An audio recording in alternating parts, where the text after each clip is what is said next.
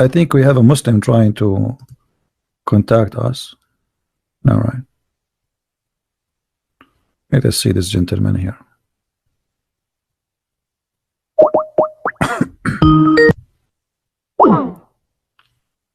My friend, you said to me, hi, why? You don't want to call me? Or don't want to talk to me? What?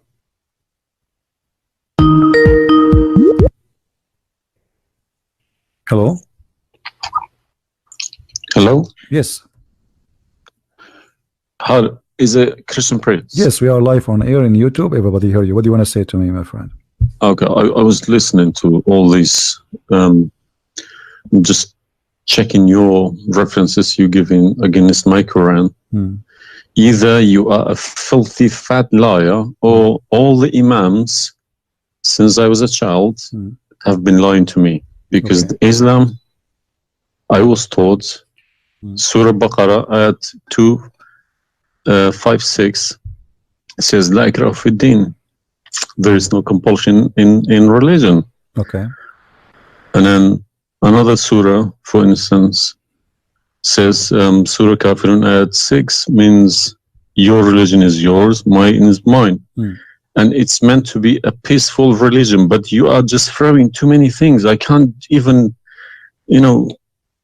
search for it. Okay. Where do you get these things from? It's in my head, my friend. I'm a walking library. Let us go one by one. You said Islam means peace, correct? Yes. All right. Well, isn't it the Quran in chapter 9, verse number 29, order the Muslims to fight and to kill all the Christians, either they pay the jizya and they convert, or they die? If it's in the time of war, I wouldn't worry about it. Hold on, my friend. But hold on. It's not. Okay, and yes, in the time of war, but the Christian did not wage war on you. It's you waging war. Read with me carefully. This is your Quran, and I can open for you any translation you wish. Which translation you like most? It doesn't really matter as far as it's translated. Okay, Muhammad Yusuf Ali, a Muslim. I'm not going to use any translation. But the problem is you're showing another translation. They all contradict each other. I don't know who to listen to. Okay, this is why I'm asking you which translation you like. Go to Al-Jalalain. Al-Jalalain is a translation. Jalalain is tafsir. Al-Jalalain is tafsir. Okay. Tafsir Al-Jalalain. All right, so we will go to a tafsir Al-Jalalain. Or to be of Ibn Kathir. No problem. Let us go to Ibn Kathir. You want Ibn Kathir? Just tell me what do you want. I'm here. Ibn Kathir, please. Ibn Kathir. Okay, Ibn Kathir. Let us go to Ibn Kathir. Give me a second.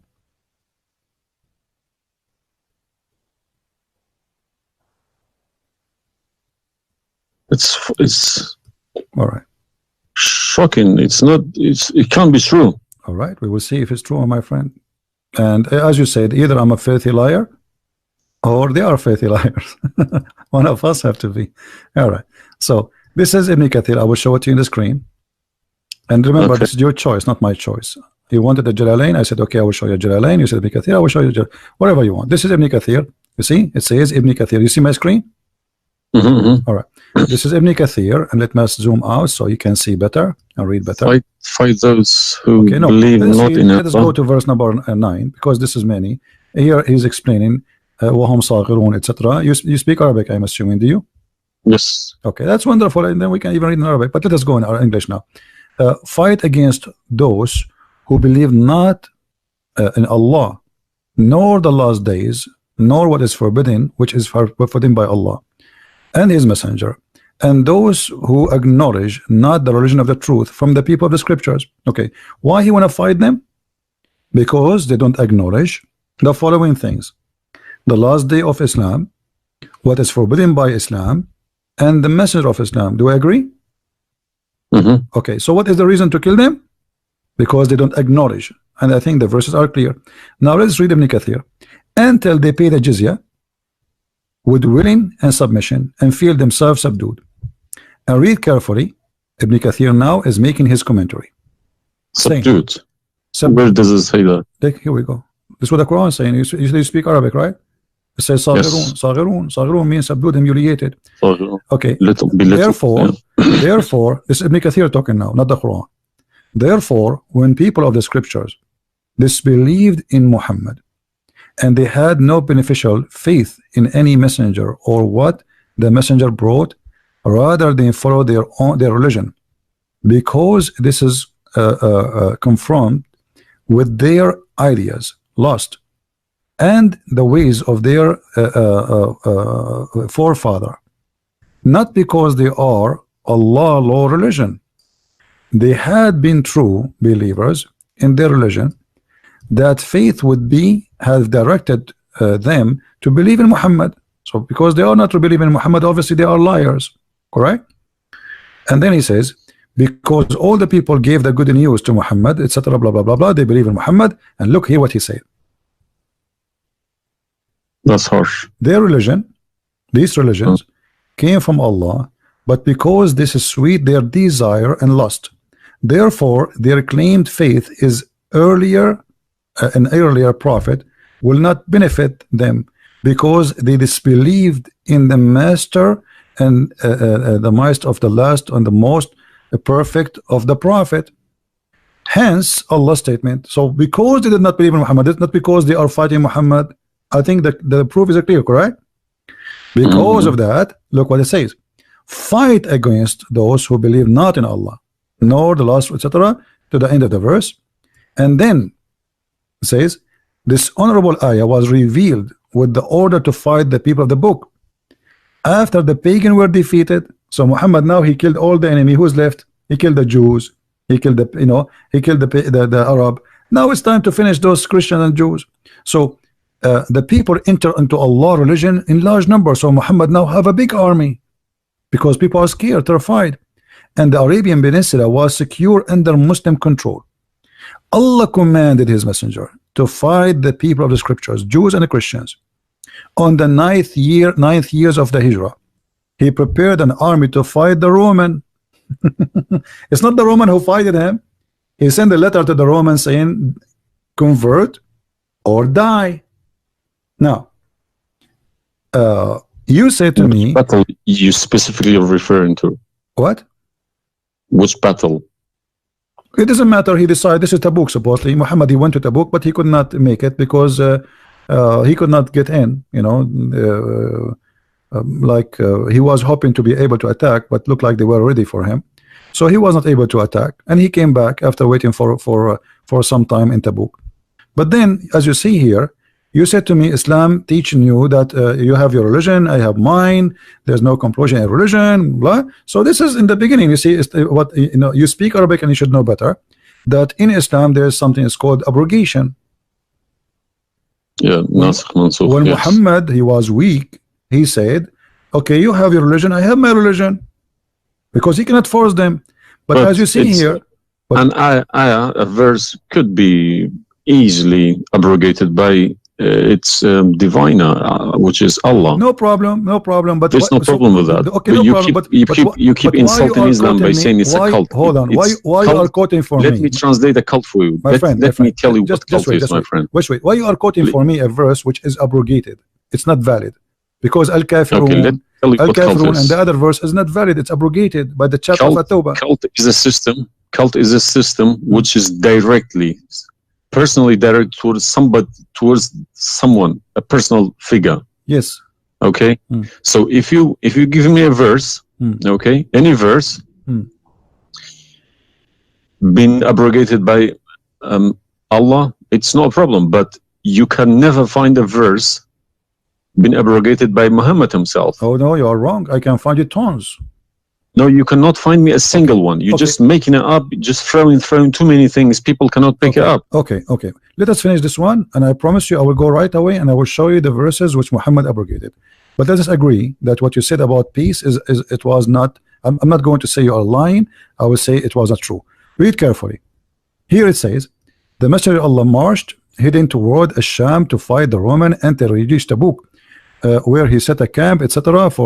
So he could not, he could not do it. He came back, and the condition until they pay the jizya, if they do not choose to embrace Islam. So why we have to pay jizya? Because die or pay, and with willing submission in defeat. Everybody's paying jizya. What's wrong with that? No. You live in America. You pay taxes. No. This is our land. How we pay land? The American occupy Iraq. They will force them to pay jizya because the American occupy them to protect them from the American. That's what your prophet is saying. And look what he says. It says in the verse, and feel themselves subdued, disgraced, humiliated, like etc. Therefore, the Muslims are not allowed to honor the people of the Dhimma or elevate them above the Muslims, for they are miserable, disgraced, humiliated. Muslim reported that Abu Huraira, Allah the Prophet said, don't initiate salam to the Jews and the Christians, and if you meet any of them in the road, force them to the narrowest alley, which means the sewage.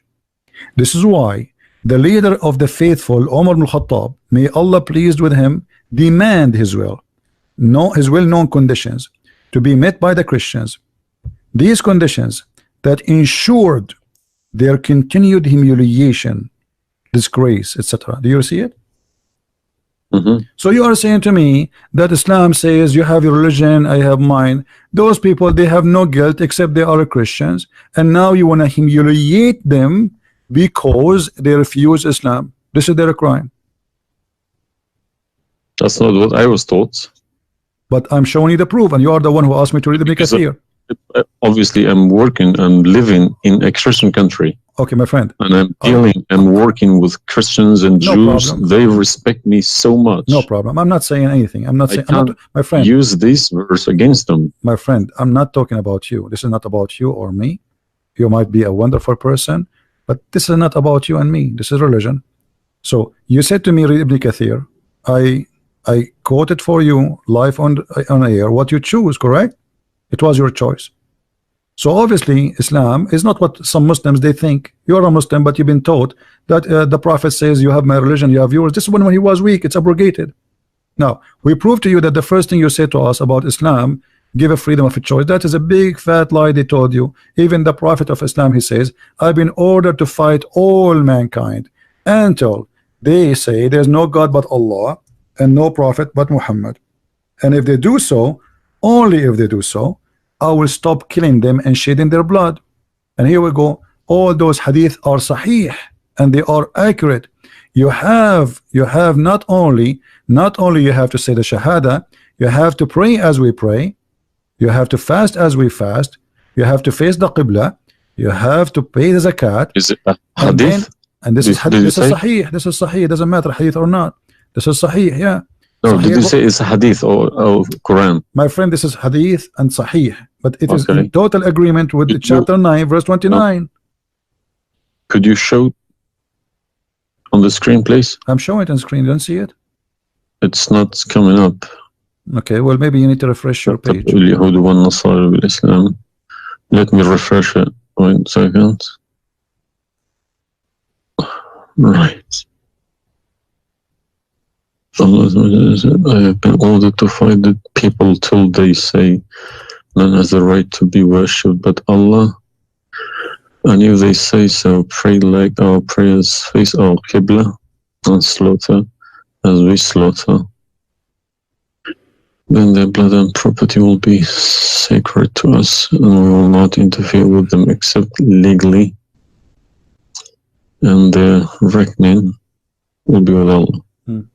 So what does that mean? What's the Sahih number? 392. Sahih al-Bukhari 392. I go sunnah.com. Let me check. Sorry, I need to check. I don't trust anyone anymore. Bukhari.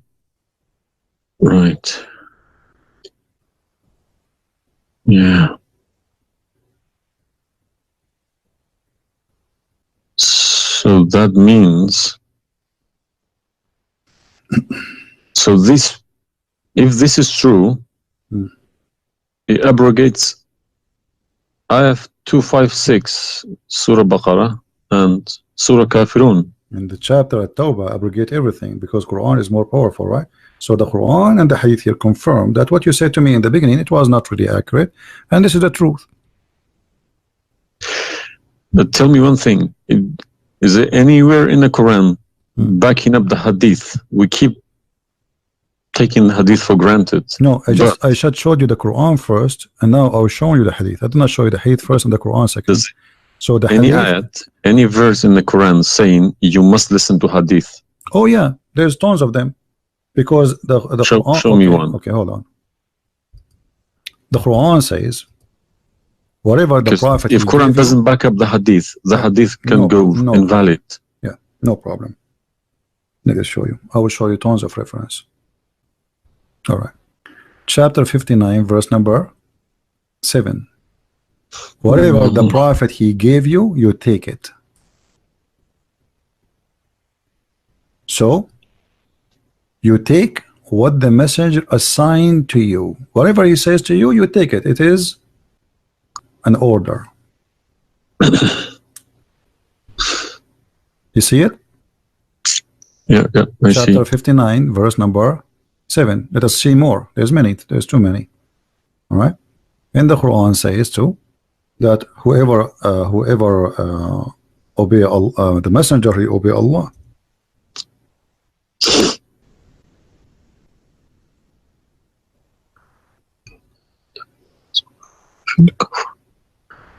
All right. Read with me carefully, please, and you will see chapter 4, verse number 80. He who obey the messenger obey Allah.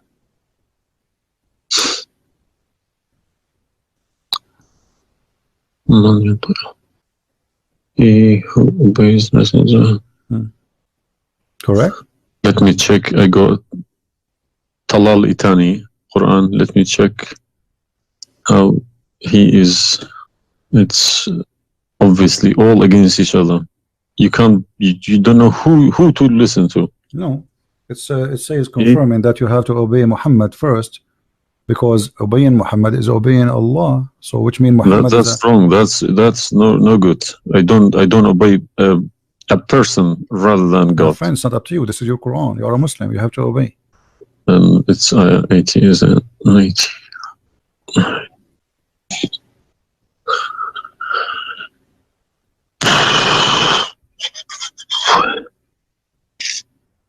What Yeah. do you want my help? So you did we confirm this one? No. I can't deny this. Okay. So if was Muhammad a god? He's a perfect god. He's a god, or he's a human like us.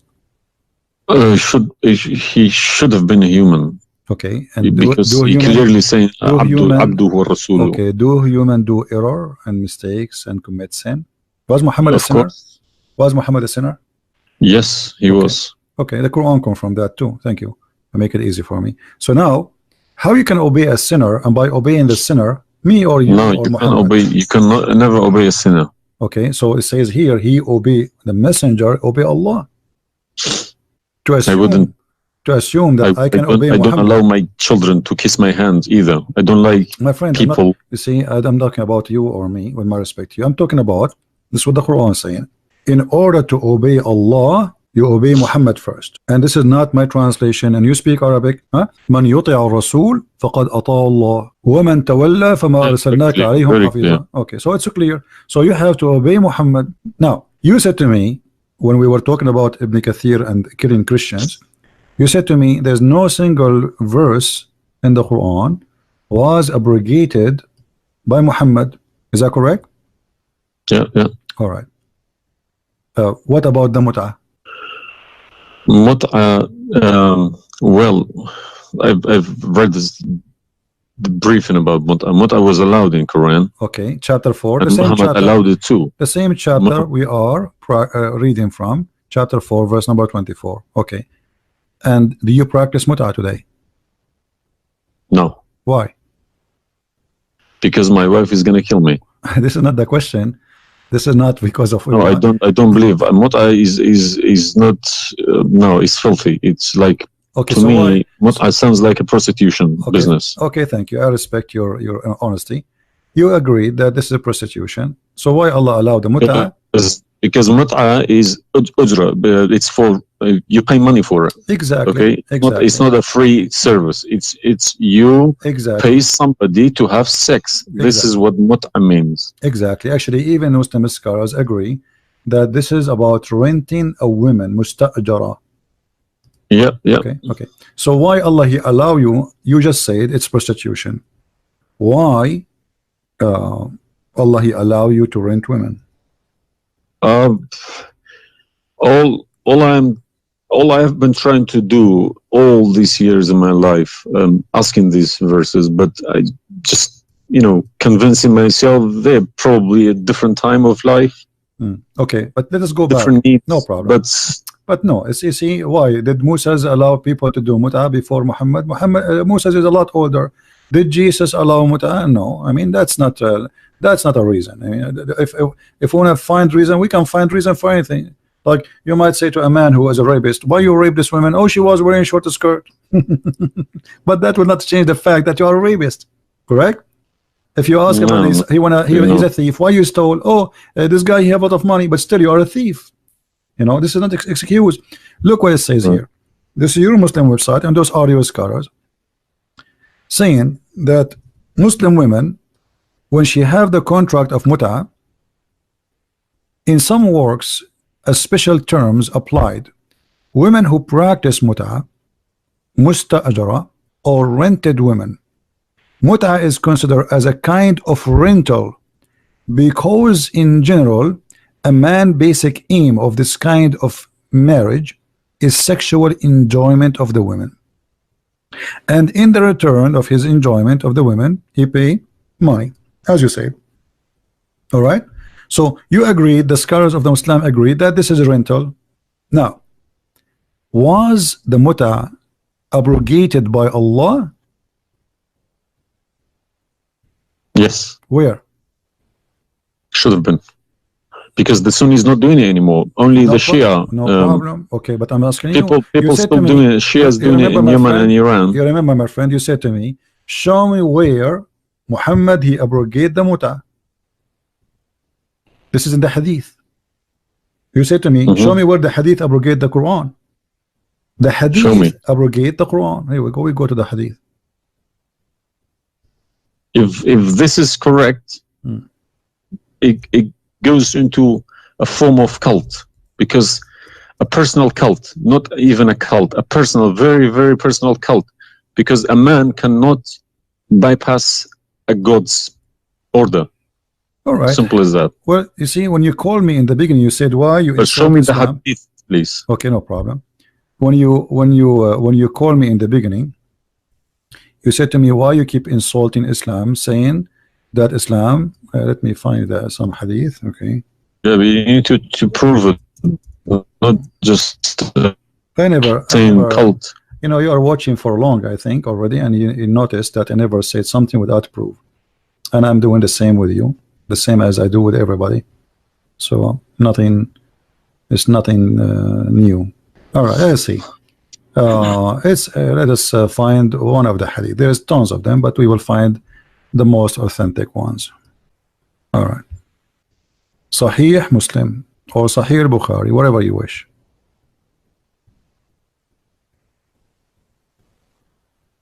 Let us go with this one.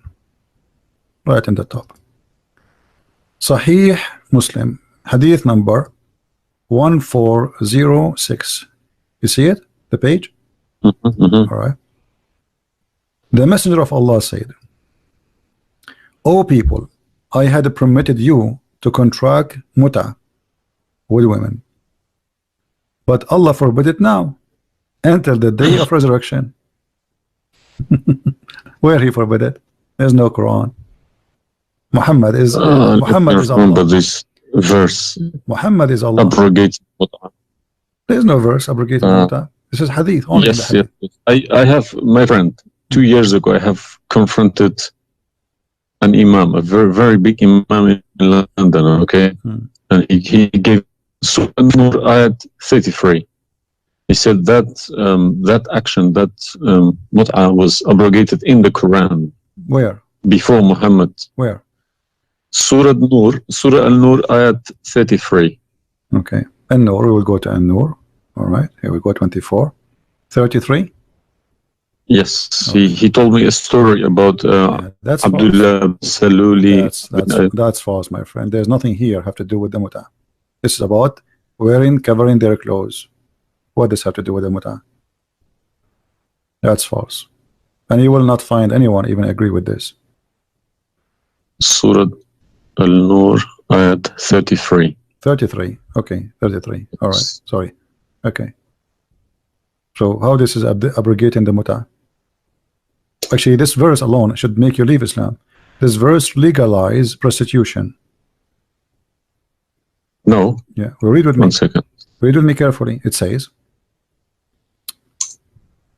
but force not your slaves for prostitution when they desire chastity, in order that you make gain in the goods, which mean make money of this life. But if any of you compels them, yet after that, Allah is all merciful and forgiving. So what the Quran is saying, and I think you speak Arabic, you speak English, so it's very clear that if they agree with you, you can do prostitution. Force them not. Force them not to do prostitution. He did not say prostitution is forbidden. Force them not. Huh? لا تكرهوا فتياتكم على البغاء إن أردنا تحصنا. Force them not. Okay, so if they agree, it's okay. And if you force them, Allah is all merciful anyway. And we're here, we're in this verse is saying that, you know, muta is abrogated by this verse. There's nobody, there's no Muslim in the world believe in this.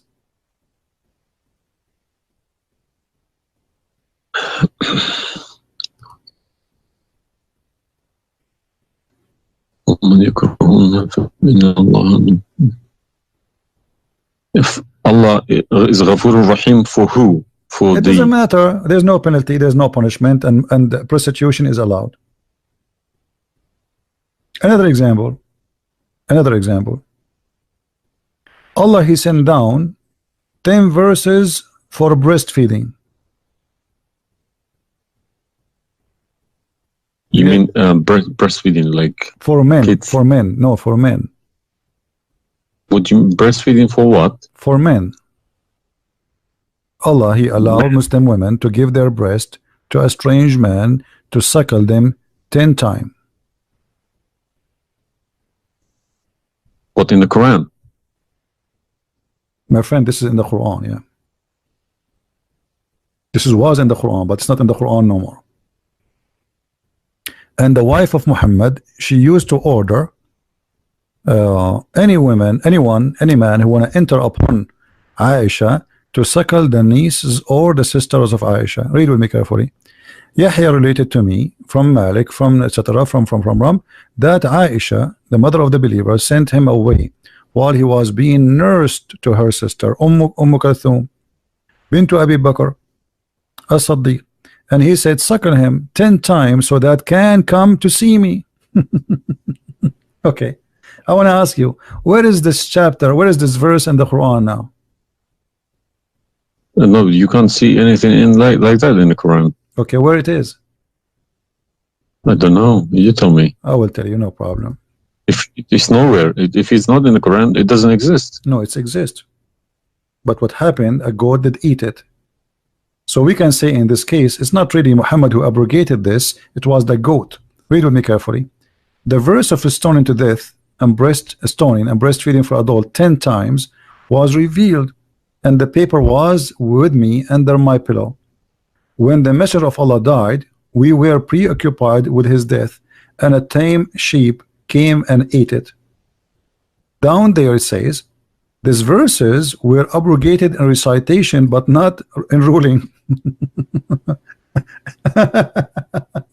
How you can abrogate something in recitation? I mean, this is funny. It's shocking, not funny. All right, well, for me, it's funny. It's stupid too. Stoning and breastfeeding, not just one. Yeah. But this meant to be memorized, okay? No, it's not. That was the time when the Quran was not written. My friend, all the Quran at that time was memorized anyway.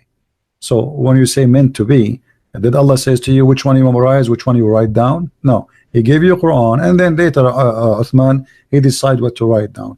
And as you see, even the goat ate what is written. It was not meant to be memorized. It's written, and it was under the pillow of Aisha, which is the pillow of Muhammad. So it's meant to be written. This is why the goat ate it. Otherwise, if it's only memorized, well, the goat will not be able to eat something memorized.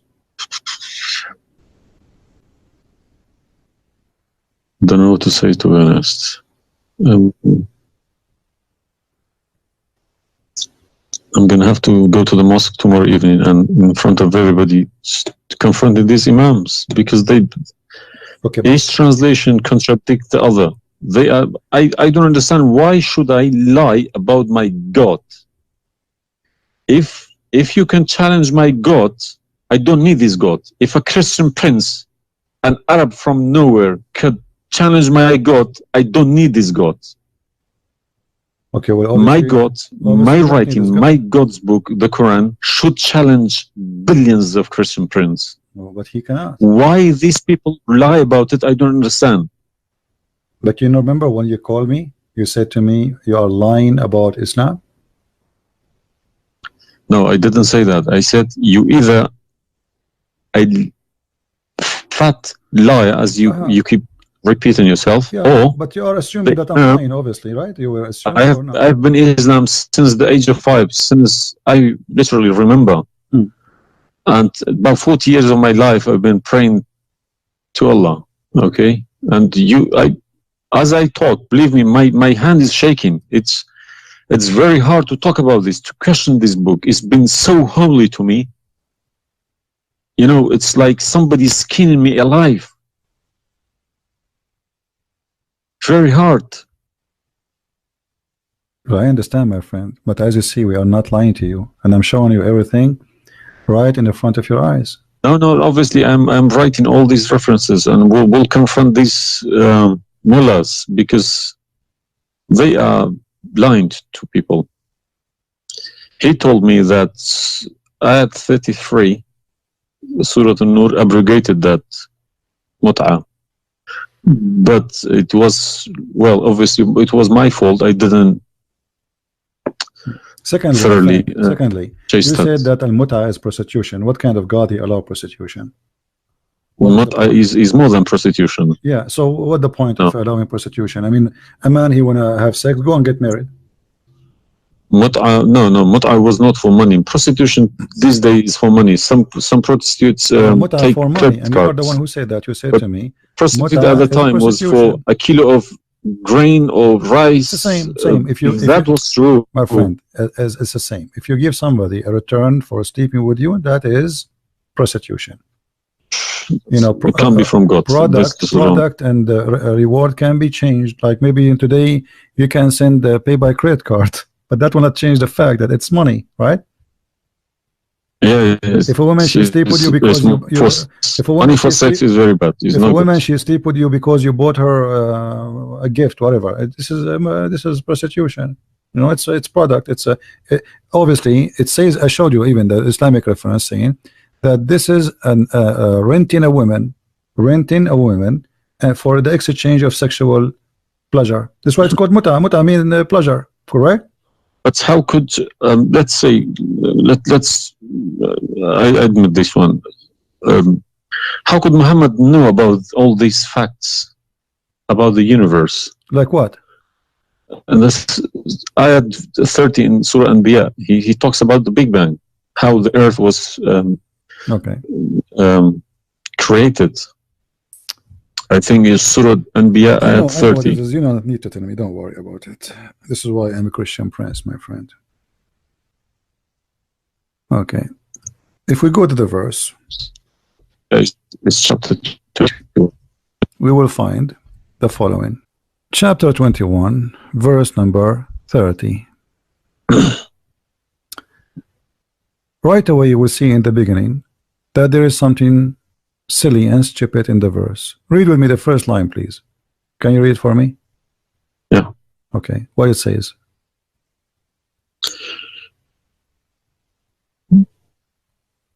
Do not the unbelievers see. Could you turn to the Arabic one, please? No problem. Here we go. This is the Arabic.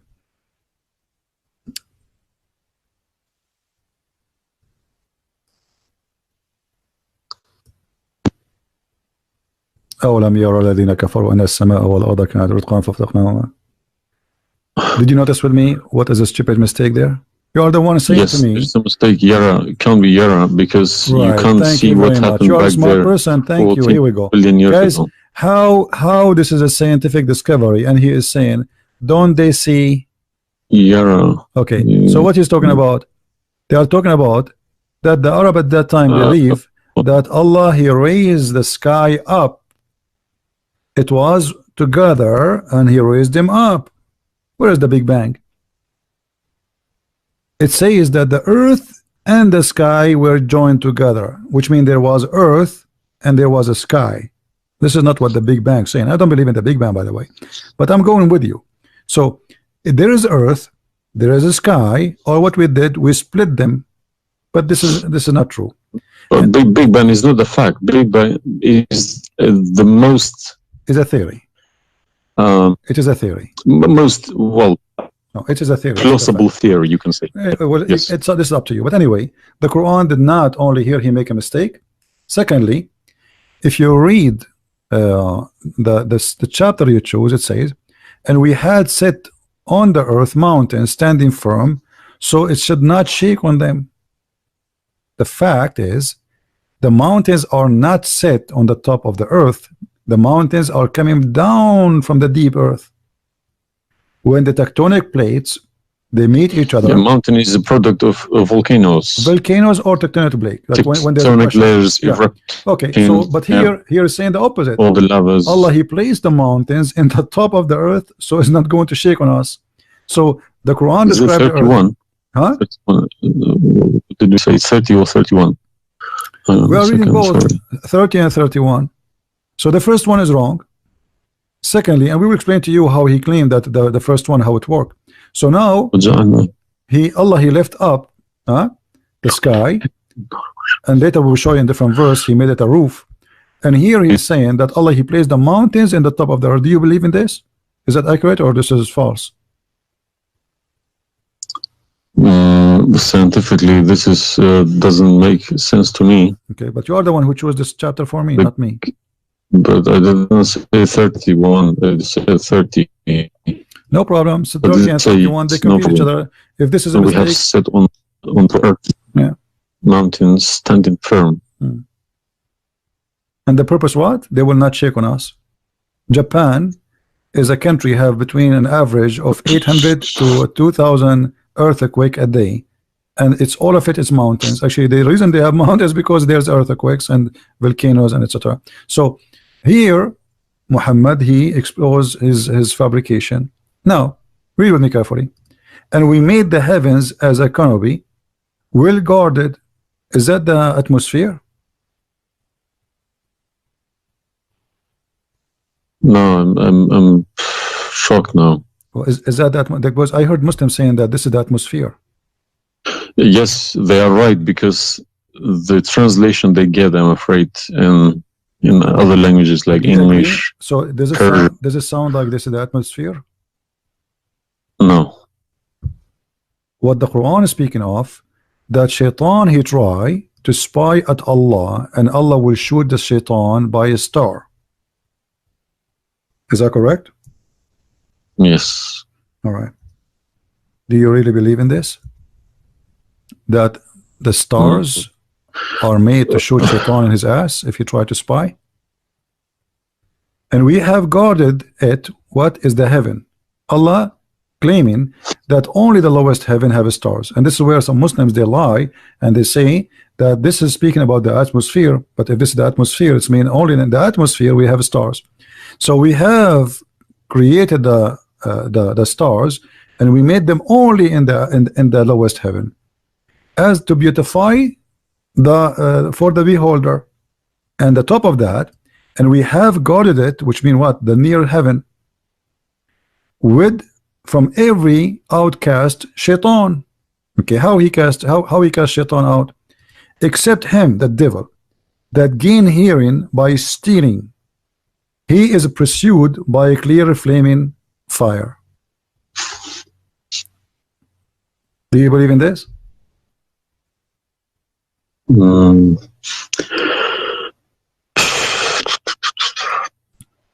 How Allah shoot shaitan? Muhammad he captured the shaitan, he tied him up in the column of the mosque. So such a small tiny creature, Allah he will shoot a star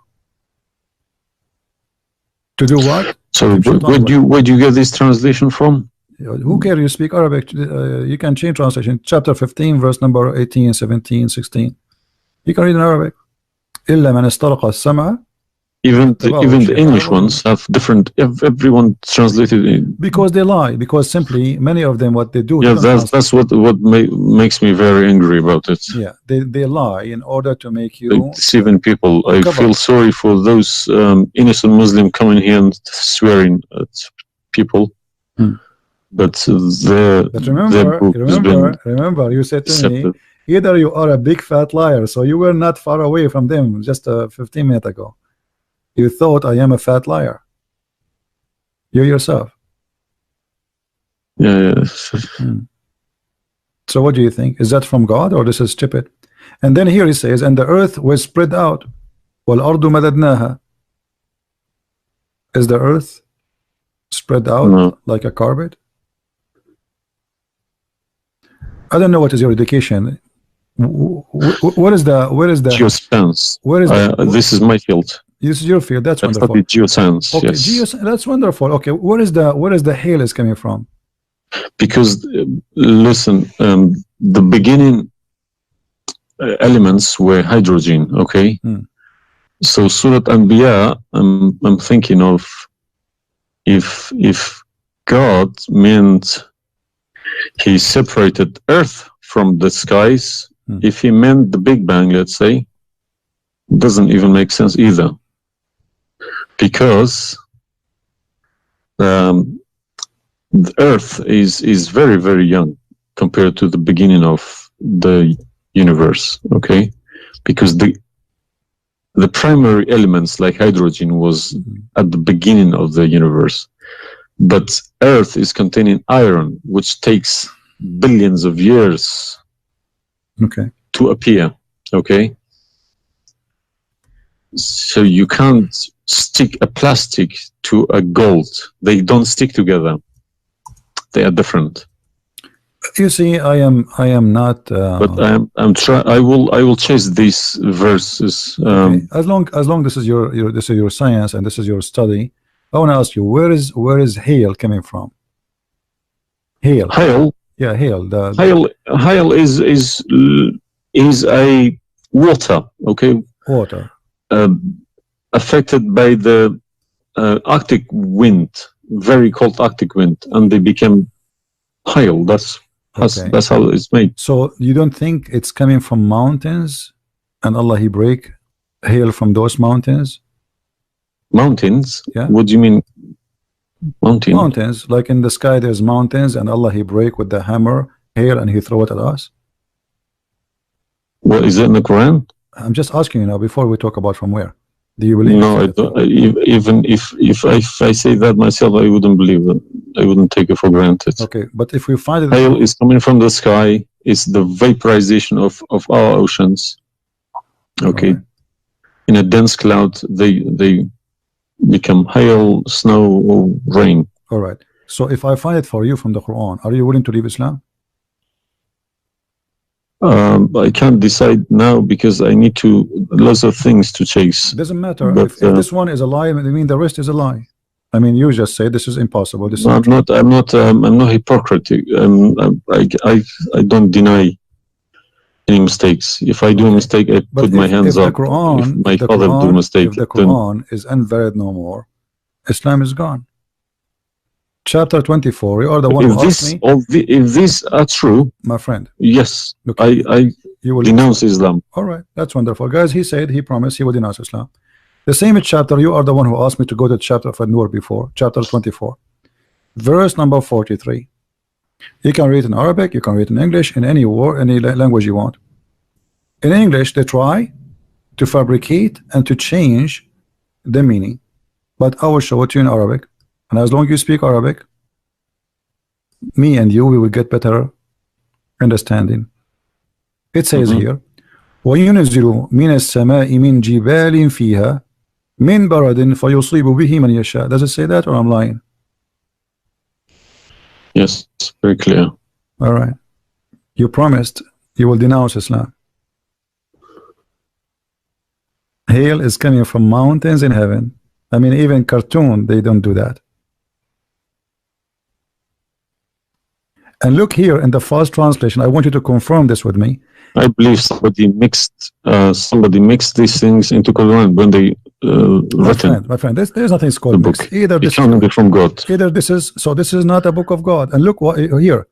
As long as you speak Arabic, why the Muslims they lie and they say like mountains? Does it say like mountains in the Arabic? No, anything between these two brackets don't. So they are trying to cover up. So look, they send down from the sky from mountains, which is in heaven, hail. No, it doesn't make sense. So they fabricate the translation in order to cover the stupidity. Whoever wrote this book is foolish. You know, this is maybe work for people who whoever this part here, whoever written didn't have a clue about anything in the sky. What's going on in the sky? Assuming that the one who did this is Allah, Allah have no clue. What about this? I don't believe this is from a God. Look at this. Allah, He created three kind of creatures. Because one of the principles of being a God is do not afford any mistakes. What makes me different from God is I am doing mistakes. I do a lot of mistakes, but God should be a little bit different from me. No mistakes. Well, my friend, from the first page of the Quran to the last page, I can show you endless mistakes. I'm not showing you really mistakes. I'm just showing you a chapter you choose yourself to prove to me Islam to be true. So Islam is the most silly cult, and now you understand why I am saying it's a cult.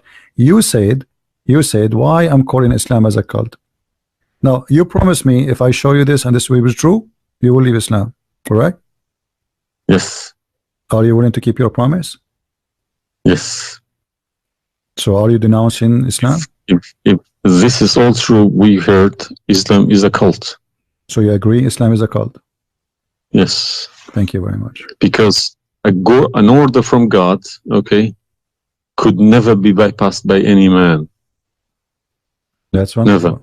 I'm really happy for you. Because if that happens, God loses its status as God. You can call it something else. Okay? If a president, for example, if Trump makes an order, let's say Iranian is not allowed to enter the USA, and an officer, a police officer in the airport said, no, forget about Trump, I'm in charge here, he's going to go to prison, or Trump loses his status. So now compare that to God, Almighty God. It doesn't make a sense, my friend. Absolutely. Hypocrisy is not in my mind. I listen to reality. I listen to proof, evidence. But you know, you as a person who, like today, after this moment, you are a Muslim. I cannot call you a Muslim no more. But I want to ask you, when the Muslims they say there is science in the Quran and etc., why they lie? Why they fabricate things? Tell me, I was going to ask you this question. Why they either make money because there are loads of books in London. You got too many libraries, Islamic libraries. They selling billions of dollars a year on books. They get in from probably the Arab countries for printing these books because the books are obviously very, very expensive. Yeah.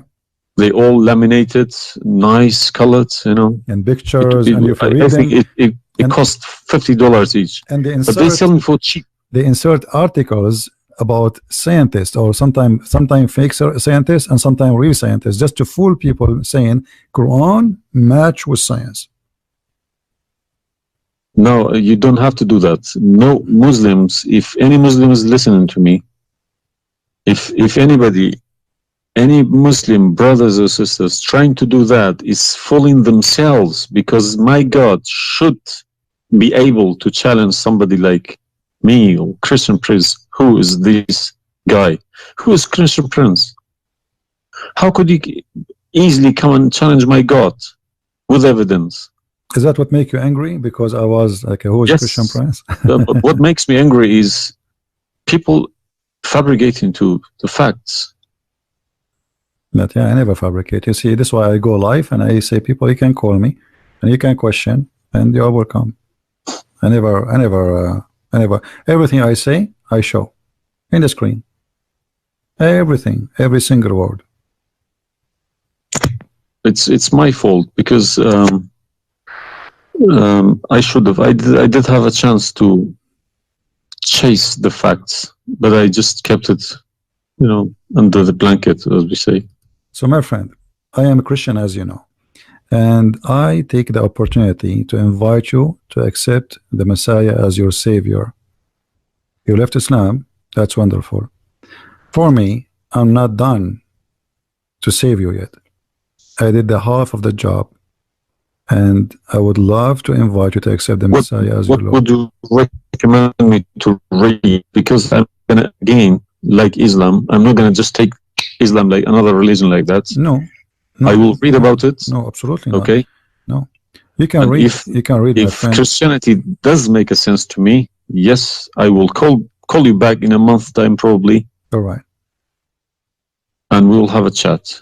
All right. If not, I can still come back and telling you about, arguing Christianity as well, because I'm not scared to talk about Christianity, even if I know 100% is from God. Neither we are. This is why we are. God should challenge all of us. Yeah, you are welcome, my friend. Anyway, God's word should be like an atomic bomb. Nobody could face it. Read the 4 Gospels, of Christ, and try to, when you read, try to you see, I'm sure you are smart. What's this story behind the Old Testament and New Testament? What is the problem? There's no story. It's the Old Testament is simply, the Old Testament is a book about God and history in the same time. The history of the Jews with God. Right. As simple as that. So the Jews, the Old Testament is a book of books. It's not one book. And this book contains their history with people around them, and their history with God, how they disobey him sometime, how they obey him sometime, how God he was how they forsake their God sometime. So the Old Testament mostly is kind of a collection of many stories about what happened to the Jews and the prophets of the Jews. The New Testament is about Christ and what he accomplished in this earth when he came to us. And this is why I say, if somebody like me, where should the New Testament, because the Old Testament for me is just to increase my knowledge about history of man with God. But the New Testament. So why they saying it's been corrupted? Who says that? The Muslims. I heard from too many imams. The Bible, it's corrupted. You see, the imams, this is the problem is, the imams you remember when you called me, says either you are a big fat liar? The imam are the big fat liar. I will show you something from the Quran and you tell me what you translate to us.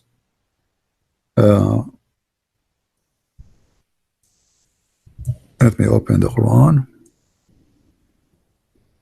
All right. This is the Quran. I will put it in the screen.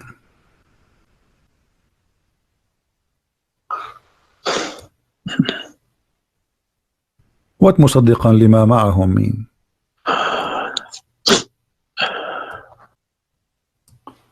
Confirming what is with them, correct? We need to refresh. And when they come to them, and when they came to them. Somebody's saying that you are crying. Are you crying, my friend? No. Okay. If I am crying, I would cry for myself. I would cry for all. Yeah, I'm saying. So I mean, there's nothing wrong with the crying from chasing a rainbow. Yeah.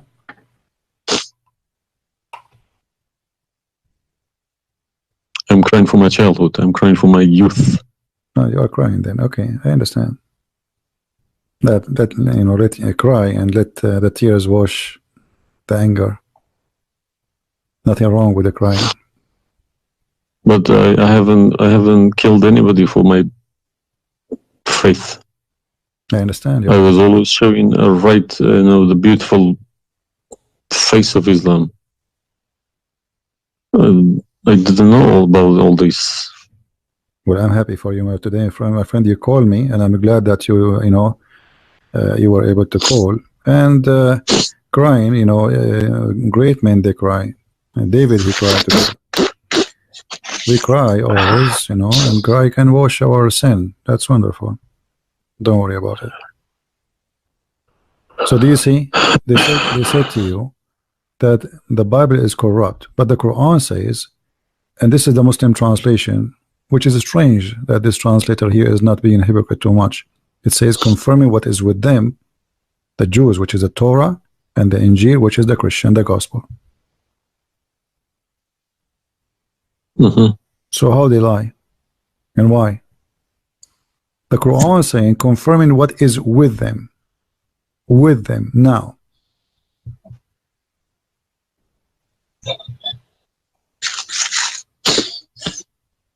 Yeah, I see. They lie to you, my friend. They are a bunch of liars. Yeah. Anyway, I'm not going to put too much pressure on you. I can tell you are crying, and we are, all the Christians there, they are praying for you. Well, thank you very much for all this written everything. I will have a chat with some imam. Well, what about if they have? What about you challenge them to come and debate me? Let us make a challenge. If Yes, that's what I was going to say. Yes. Yeah. Let us see if they dare to do it, and you will see they were never there. Yeah. They were never. The only way they will come to debate me, if you don't tell them Christian Prince, don't tell them who I am. Tell them I will call this guy and you debate him live. If you tell them this is a Christian Prince, that will never happen. Okay, thank you very much. You're welcome, my friend. We are happy for you. And I ask all the Christians in the chat, we have more than 1,000 people, they are listening. Please pray for this gentleman. I do not know your name, by the way, but you don't need. My name is Muhammad. Muhammad. Yes. Guys, pray for our brother Muhammad. And this is the beautiful thing about Christianity. Even if your name is Muhammad, still you are beloved by the Lord, the Messiah. And I hope soon you will see the truth, and the truth will set you free. The Messiah, he said, I am the truth, which means there's no other truth except me.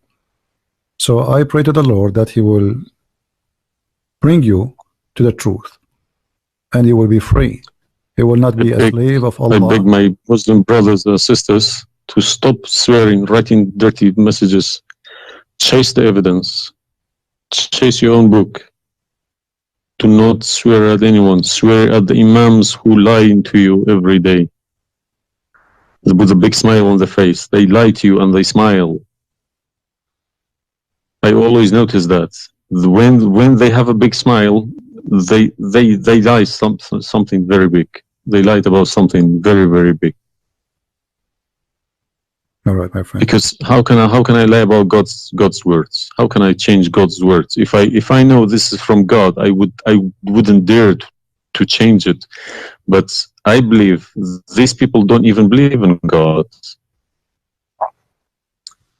If you believe in God, you wouldn't dare to touch His word. And what kind of how God, can you fabricate? What kind of God he can protect his book? How the Muslim is saying that Allah is the one who sent the Injil, and then the Injil is corrupt? I mean, this is an insult to their God. You know what I mean? It's you buy a BMW from BMW with 3 years warranty. They say if you fabricate anything, your warranty will expire because we made this car. Nobody can, find a mistake. So how about God's words? How can you fabricate God's words? You can't even fabricate your BMW. How he allowed them. And once I asked a Muslim sheikh, he says to me that the Bible is corrupt. So I asked him, before I show him those verses, I said, okay, was it fabricated by Allah's will or against his will? He said, I need to think about this and I will call you back. And since then, he never called me back. Yeah, happens to me when I ask too many questions. To be honest, when they ask too many questions, they try to, not to see me. They pretend to be busy. They calling me back. They give me a call. They have appointments, this and that. But it's just running away from the facts. But you see, as long you notice that they are fooling around, why you were not sure? I mean, why you waited all this time?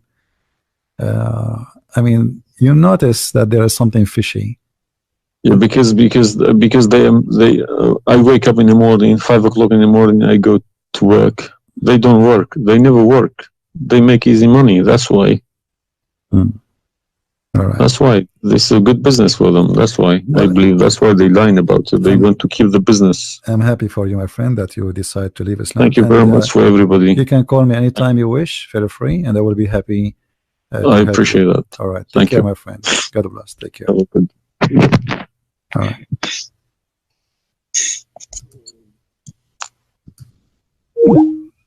That's wonderful.